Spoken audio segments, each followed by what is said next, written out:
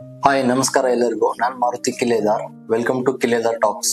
ಇವತ್ತು ಮುಖ್ಯವಾಗಿ ಯಾರೆಲ್ಲ ಓದ್ತಿದ್ದೀರಲ್ಲ ಕಾಂಪಿಟೇಟಿವ್ ಎಕ್ಸಾಮ್ಗೆ, ಅವ್ರಿಗೆ ಒಂದು ದಿನದ್ದು ರುಟೀನ್ ಏನಿರಬೇಕು ಅಂತ, ಒಂದು ದಿನದ್ದು ರುಟೀನ್ ಹೇಗಿರ್ಬೇಕು, ಹೇಗೆಲ್ಲ ಓದ್ಬೇಕು, ಯಾವ ತರ ಓದಿದ್ರೆ ಡೈಲಿ ರುಟೀನ್ ಅಲ್ಲಿ ನಿಮ್ಗೆ ಇಂಪ್ರೂವ್ ಆಗುತ್ತೆ, ಒಂದ್ ದಿನಕ್ಕೆ ಮಿನಿಮಮ್ 10ರಿಂದ 12 ಅವರ್ ಹೇಗೆ ಓದ್ಬೇಕು ಅನ್ನೋದೇ ಈ ವಿಡಿಯೋ. ಬಹಳ ಇಂಪಾರ್ಟೆಂಟ್ ಆಗುತ್ತೆ. ಯಾರೆಲ್ಲ ಕಾಂಪಿಟೇಟಿವ್ ಫೀಲ್ಡ್ ಗೆ ಓದ್ತಿದ್ದೀರಾ, ನಮ್ಗೆ ಡೈಲಿ ರುಟೀನ್ ಕರೆಕ್ಟ್ ಆಗಿ ಸೆಟ್ ಆಗ್ತಿಲ್ಲ, ನಮ್ಗೆ ಹೆಂಗ್ ಓದ್ಬೇಕಂತ ಗೊತ್ತಾಗ್ತಿಲ್ಲ ಅಂತ ಯಾರಿಗ ಅನ್ಸತ್ತಲ್ಲ, ದಯಮಾಡಿ ಈ ವಿಡಿಯೋ ನೋಡಿ. ನಿಮ್ಗೆ ಕಂಪ್ಲೀಟ್ ಆಗಿ ಇನ್ಫಾರ್ಮೇಶನ್ ಸಿಗುತ್ತೆ. ತುಂಬಾ ಜನಕ್ಕೆ ನಾವು ಒಂದ್ ಹೇಳೋದೇನಂದ್ರೆ, ಈ ವಿಡಿಯೋ ಈಗ ನೋಡ್ತಿರಲ್ಲ, ಇದನ್ನ 21 ದಿನ ನೀವು ಕಂಟಿನ್ಯೂ ಆಗಿ ಫಾಲೋ ಮಾಡಿದ್ರೆ 22ನೇ ದಿನಕ್ಕೆ 100% ನಿಮ್ಗೆ ರಿಸಲ್ಟ್ ಸಿಗಕ್ ಶುರು ಮಾಡುತ್ತೆ.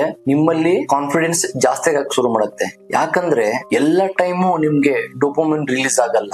ಮೋಟಿವೇಶನ್ ಮಾಡಕ್ಕೆ, ಲೈಫ್ ಅಲ್ಲಿ ಸಕ್ಸಸ್ ಸಿಗಬೇಕಂದ್ರೆ ಒಂದು ಕನ್ಸಿಸ್ಟೆನ್ಸಿ, ಇನ್ನೊಂದು ಡಿಸಿಪ್ಲಿನ್, ಇದೆರಡು ಬಹಳ ಇಂಪಾರ್ಟೆಂಟ್. ಯಾವಾಗ ನೀವು ಇವೆರಡು ಮೇಂಟೈನ್ ಮಾಡ್ತಿರಲ್ಲ, ಅವಾಗ ಸ್ಟೆಪ್ ಬೈ ಇಂಪ್ರೂವ್ ಆಗ್ತಾ ಇರ್ತೀರಾ. ಸೊ ದಯಮಾಡಿ ಯಾರೆಲ್ಲ ಎಕ್ಸಾಮ್ ಓದ್ಬೇಕಂತಿದಾರಲ್ಲ, ಬೆಳಿಗ್ಗೆ ಎನಿ ಕಾಸ್ಟ್ ನೀವು 6 ಗಂಟೆಗೆ ಎದ್ದೇಳಲೇಬೇಕು. ನಾನು 9 ಗಂಟೆಗೆ ಎದ್ದೇಳ್ತೀನಿ, 10 ಗಂಟೆಗೆ ತಿಂಡಿ ಮಾಡ್ತೀನಿ, 11 ಗಂಟೆಗೆ ಲೈಬ್ರರಿ ಬರ್ತೀನಿ ಅಂದ್ರೆ ಇಡೀ ದಿನ ವೇಸ್ಟ್. ನಿಮ್ಗೆ ದಯಮಾಡಿ ಹೇಳ್ತೀನಿ, ಬೆಳಿಗ್ಗೆ 6 ಗಂಟೆಗೆ ಎದ್ದೇಳಿ. 6 ಗಂಟೆಗೆ ಗೆದ್ದು 7 ಗಂಟೆಗೆ ಲೈಬ್ರರಿ ಬನ್ನಿ. ನಿಮ್ಗೊಂದು ಕ್ವಶನ್ ಬರ್ಬೋದು, 6ರಿಂದ 7 ಗಂಟೆ ಅಂದ್ರೆ 1 ಅವರ್ ಏನ್ ಮಾಡೋದು, ನಾವು ಎದ್ದ ತಕ್ಷಣ ಓಡಿ ಬರ್ತೀವಲ್ಲ ಅಂತ.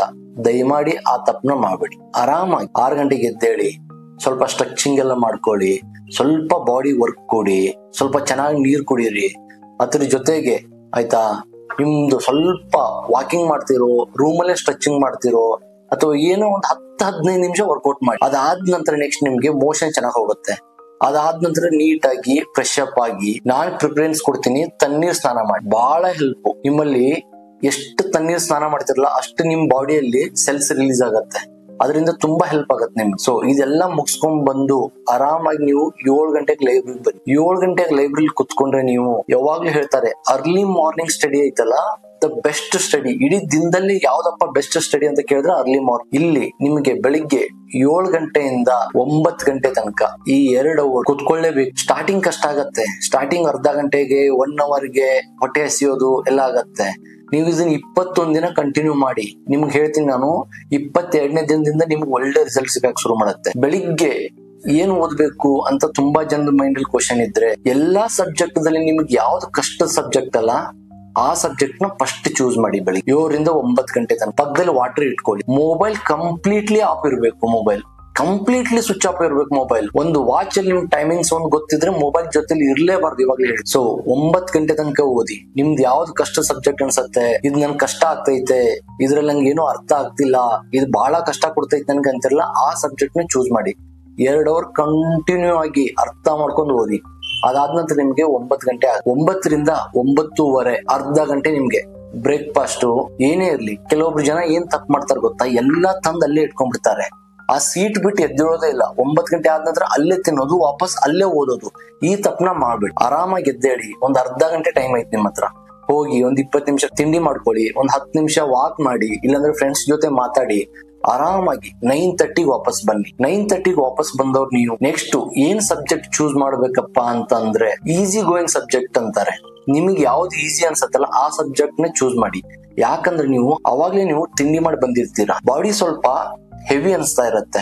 ಅದಕ್ಕೋಸ್ಕರ ನೀವು ಆರಾಮಾಗಿ ನಿಮ್ಗೆ ಯಾವ ಸಬ್ಜೆಕ್ಟ್ ಈಸಿನೋ ಆ ಸಬ್ಜೆಕ್ಟ್ ನ ಚೂಸ್ ಮಾಡ್ಬಿಟ್ಟು ಓದ್ಕೊಳ್ಳಿ. ಇಲ್ವಾ, ಈ ಟೈಮ್ ಅಲ್ಲಿ ನ್ಯೂಸ್ ಪೇಪರ್ ತಗೊಳ್ಳಿ. ಕಂಪ್ಲೀಟ್ ಆಗಿ ನ್ಯೂಸ್ ಪೇಪರ್ ಮುಗಿಸ್ಕೊಳ್ಳಿ. ನೀವು 9:00 ಕುತ್ಕೊಂಡ್ರೆ 11 ಗಂಟೆ ತನಕ ನೀಟಾಗಿ ನ್ಯೂಸ್ ಪೇಪರ್ ಮುಗಿಸ್ತೀರಾ, ಇಲ್ವಾ ನಿಮ್ಗೆ ಈಜಿ ಇರೋ ಸಬ್ಜೆಕ್ಟ್ ಮುಗಿಸ್ತೀರಾ, ನಿಮಗ್ ಬಿಟ್ಟಿದ್ದು. ನೀವು ಚೂಸ್ ಮಾಡ್ಕೊಳ್ಳಿ ಅದ್ರಲ್ಲಿ. ಸೊ 11 ಗಂಟೆ ತನಕ ಓದಿ. 11 ಗಂಟೆಗೆ ಒಂದ್ ರೆಸ್ಟ್ ತಗೊಳ್ಳಿ. ಒಂದು ಟೀಗಾದ್ರೂ ಹೋಗ್ಬೋದು, ಒಂದ್ 10-15 ನಿಮಿಷ. ಇಲ್ವಾ, ಒಂದ್ 10-15 ನಿಮಿಷ ನಾನ್ ಸ್ಲೀಪ್ ಮೋಡ್ ಅಂತಾರೆ, ಅಲ್ಲೇ ಟೇಬಲ್ ಅಲ್ಲಾದ್ರೂ ಒಂದ್ 10 ನಿಮಿಷ ನಿದ್ದೆ ಬಂದಂಗ್ ಫೀಲ್ ಆಗ. ಇಲ್ವಾ, ಒಂದ್ 10 ನಿಮಿಷ ಟೀ ಕುಡ್ಕೊಂಡ್ ಬನ್ನಿ.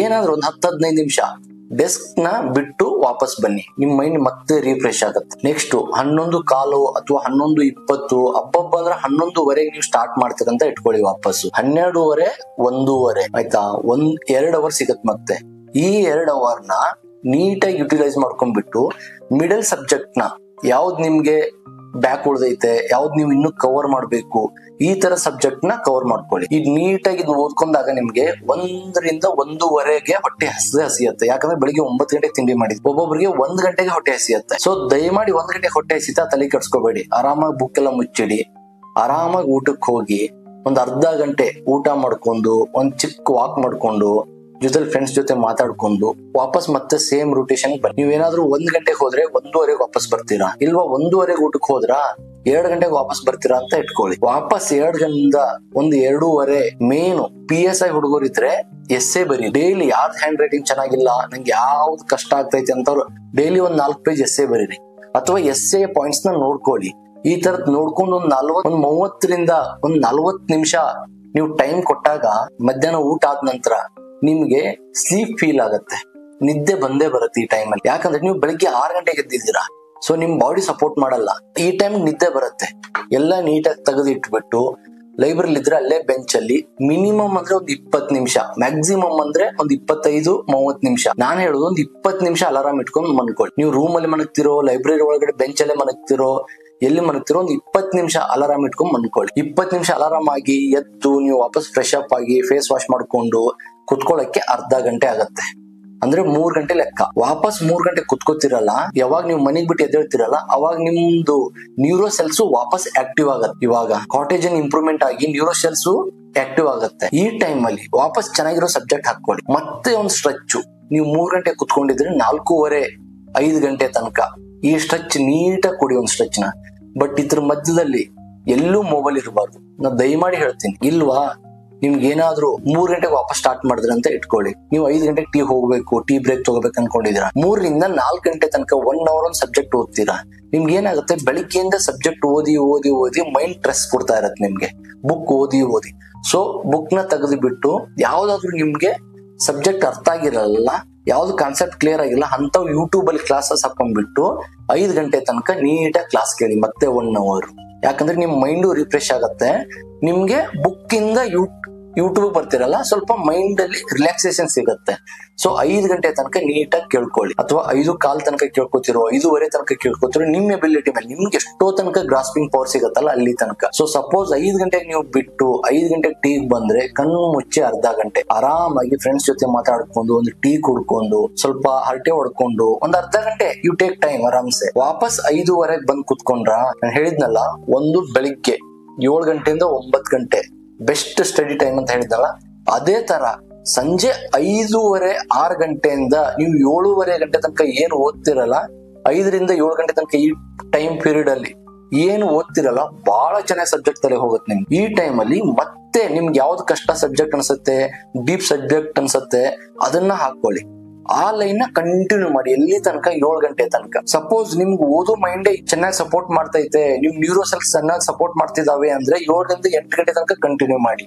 ಇಲ್ವಾ ನನ್ಗೆ 5:30 ಬಂದ್ ಕುತ್ಕೊಂಡೆ 7 ಗಂಟೆ ತನಕ ಓದಿ ಸುಸ್ತಾಯ್ತು ಅಂದಾಗ ವಾಪಸ್ ಯೂಟ್ಯೂಬ್ ಯಾವ್ದು ನಿಮ್ ಕ್ಲಾಸ್ ಕಷ್ಟ ಅನ್ಸ್ತೈತೆ, ಯಾವ್ದೋ ನೀವು ಬಿಟ್ಟಿರ್ತೀರಾ, ಯಾವ್ದೋ ಕಾನ್ಸೆಪ್ಟ್ ಕ್ಲಿಯರ್ ಆಗಿಲ್ಲ, ಅದನ್ನ ವಾಪಸ್ ಕಿವಿಲಿ ಹಾಕೊಂಡ್ಬಿಟ್ಟು ಮತ್ತೆ 8 ಗಂಟೆ ತನಕ 1 ಅವರ್ ಯೂಟ್ಯೂಬ್ ಕ್ಲಾಸಸ್ ಕೇಳ್ಕೊಳ್ಳಿ. ವಾಪಸ್ ಎಲ್ಲ ಕ್ಲೋಸ್ ಮಾಡಿ, ಕರೆಕ್ಟ್ ಆಗಿ 8 ಗಂಟೆಗೆ ಎಲ್ಲ ಕ್ಲೋಸ್ ಮಾಡ್ಬಿಟ್ಟು ಆರಾಮಾಗಿ ಹೊರಗಡೆ ಬಂದು ಒಂದ್ 10-15 ನಿಮಿಷ ಸುತ್ತಾಡಿ, ಫ್ರೆಂಡ್ಸ್ ಜೊತೆ ಮಾತಾಡಿ, ಆರಾಮಾಗಿ ಊಟ ಮಾಡ್ಕೊಂಡು ನೀಟಾಗಿ 1 ಅವರ್ ತಗೊಳ್ಳಿ. 9 ಗಂಟೆಗೆ ವಾಪಸ್ ಬನ್ನಿ. 9ರಿಂದ 10 ಗಂಟೆ ಈ ಟೈಮ್ ಪೀರಿಯಡ್ ಐತಲ್ಲ, ಈ ಟೈಮ್ ಪೀರಿಯಡ್ ಅಲ್ಲಿ ಆಯ್ತಾ, ಏನೆಲ್ಲ ಬೆಳಿಗ್ಗೆಯಿಂದ ನೋಡಿದೀರಾ, ಏನೆಲ್ಲ ಓದಿದೀರಾ, ಇನ್ನು ಏನು ಓದಿಲ್ಲ ಅಂತ ಒಂದ್ಸರಿ ನೀಟಾಗಿ ಚೆಕ್ ಮಾಡ್ಕೊಂಡು, ಏನಾದ್ರೂ ಮಿಸ್ಟೇಕ್ ಮಾಡಿದೀರಾ ಅಂತ ಅದನ್ನೊಂದ್ಸರಿ ಚೆಕ್ ಮಾಡ್ಕೊಂಡು, ಜೊತೆಲಿ ನಾಳೆ ಏನ್ ಓದ್ಬೇಕು ಅನ್ನೋದೊಂದು ಶೆಡ್ಯೂಲ್ ಮಾಡ್ಕೊಂಡು ನೀಟಾಗಿ ಮುಗಿಯೋಷ್ಟರಲ್ಲಿ ನಿಮ್ಗೆ ನಿಯರ್ ಬೈ 10 ಗಂಟೆ ಆಗತ್ತೆ. 10 ಗಂಟೆಗೆ ಎಲ್ಲ ಕ್ಲೋಸ್ ಮಾಡ್ಕೊಂಡ್ಬಿಟ್ಟು ಸೀದಾ ರೂಮ್ಗೆ ಹೋಗ್ಬಿಟ್ಟು ಲೈಟ್ ಆಫ್ ಮಾಡಿ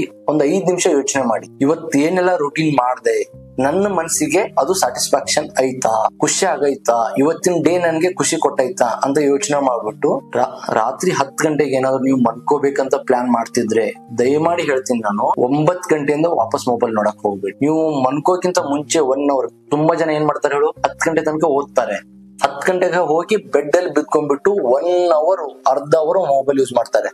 ನೀನು ಬೆಡ್ ಅಲ್ಲಿ ಮನೆದಾಗ ನಿಮಿಷ ಮೊಬೈಲ್ ಯೂಸ್ ಮಾಡಿದ್ರು ಅದು ನಿನ್ನ ನ್ಯೂರೋ ಸೆಲ್ಸ್ ನ ಎಷ್ಟೇ ಆಕ್ಟಿವ್ ಮಾಡಿರುತ್ತೆ ಅಂದ್ರೆ ನೆಕ್ಸ್ಟ್ ಅರ್ಧ ಗಂಟೆ ಬೇಕು ನಿಮ್ಗೆ ನಿದ್ದೆ ಬರೋಕ್ಕೆ. ಸೊ ಬಿಫೋರ್ ಸ್ಲೀಪ್ ನಿಮ್ ಸ್ಲೀಪಿಂಗ್ ಟೈಮಿಂಗ್ಸ್ ಏನೈತಲ್ಲ ಅದಕ್ಕಿಂತ ಮುಂಚೆ 1 hour ಮುಂಚೆ ನೀವು ಮೊಬೈಲ್ ನೋಡ್ಲೇಬಾರ್ದು. ಇದನ್ನ ತಲೆಯಲ್ಲಿ ಹಾಕೊಳ್ಳಿ. ಡೈಲಿ ಈ ರೂಟೀನ್ ನ ಕಂಟಿನ್ಯೂ ಮಾಡಿ. ಸೀರಿಯಸ್ ಆಗಿ ಹೇಳ್ತೇನೆ, ಬೆಸ್ಟ್ ರಿಸಲ್ಟ್ ಸಿಗತ್ತೆ ನಿಮ್ಗೆ. ನೀವು ಯಾವ್ದೇ ಎಕ್ಸಾಮ್ ಓದಿ ಬೆಸ್ಟ್ ರಿಸಲ್ಟ್ ಸಿಗುತ್ತೆ. ಬಟ್ ಇದನ್ನ ನೀವು 21 ದಿನ ಮಾಡ್ಲೇಬೇಕು. ಫಸ್ಟ್ ಸ್ಟಾರ್ಟಿಂಗ್ 21 ದಿನ ನಿಮ್ಗೆ ಕಷ್ಟ ಅನ್ಸತ್ತೆ. ಡೈಲಿ ಡೋಪೋಮಿನ್ ರಿಲೀಸ್ ಆಗಲ್ಲ, ಡೈಲಿ ನಿಮ್ಗೆ ಯಾರು ಮೋಟಿವೇಶನ್ ಬರಲ್ಲ. ಇದಕ್ಕೆ ನಿಮ್ಗೆ ಹೆಲ್ಪ್ ಮಾಡೋದು ನಿಮ್ಮ ಆತ್ಮಧೈರ್ಯ, ನಿಮ್ಮ ದೃಢ ನಿರ್ಧಾರ, ಡಿಸಿಪ್ಲಿನು, ಕನ್ಸಿಸ್ಟೆನ್ಸಿ. ಇದ್ರ ಜೊತೆಗೆ ನೀವು ಇಂಪ್ರೂವ್ಮೆಂಟ್ ಆಗೋದು. ಈ ತರ ಯಾವಾಗ ಮಾಡಕ್ ಶುರು ಮಾಡ್ತಿರಲ್ಲ 100% ನಿಮ್ಮಲ್ಲೇ ಹೊಸ ಪರ್ಸನ್ ಕನ್ಸಕ್ ಶುರು ಮಾಡ್ತಾನೆ. ನೀವೇ ಅಂತೀರಾ ನಾನು ಇಷ್ಟೊಂದು ಅಪ್ಡೇಟ್ ಆಗ್ಬಿಟ್ಟಿದ್ದೀನ, ನಾನು ಇಷ್ಟೊಂದು ಸಿಸ್ಟಮೆಟಿಕ್ ಆಗಿದ್ದೀನ ಅಂತ. It helps you lot. So ಇದರಲ್ಲಿ ಏನೆಲ್ಲ ಹೇಳಿದಿನಲ್ಲ ಇದನ್ನ ಫಾಲೋ ಮಾಡಿ, ಕಂಪ್ಲೀಟ್ ಆಗಿ ಸಕ್ಸಸ್ ಸಿಗತ್ತೆ. ಇದ್ರ ಜೊತೆಗೆ ಸಬ್ಸ್ಕ್ರೈಬ್ ಮಾಡ್ತಿಲ್ಲ, ವಿಡಿಯೋಸ್ ನೋಡ್ತಿದ್ದೀರಾ ಸಬ್ಸ್ಕ್ರೈಬ್ ಮಾಡ್ತಿಲ್ಲ, ದಯಮಾಡಿ ಸಬ್ಸ್ಕ್ರೈಬ್ ಮಾಡಿ. ಇದೇ ತರ ಆನ್ಲೈನ್ ಗೈಡೆನ್ಸ್ ಸ್ಟಾರ್ಟ್ ಮಾಡಿದೀನಿ. ಯಾರಿಗೆಲ್ಲ ಇನ್ಫಾರ್ಮೇಶನ್ ಬೇಕಲ್ಲ ಅವ್ರಿಗೆ ಡಿಸ್ಕ್ರಿಪ್ಷನ್ ಅಲ್ಲಿ ನಂಬರ್ ಐತೆ, ಕಾಲ್ ಮಾಡಿ. ವಿಡಿಯೋ ಲೈಕ್ ಆದ್ರೆ ಫ್ರೆಂಡ್ಸ್ಗೂ ಶೇರ್ ಮಾಡಿ, ಹಾಗೆ ಲೈಕ್ ಮಾಡಿ. Thank you.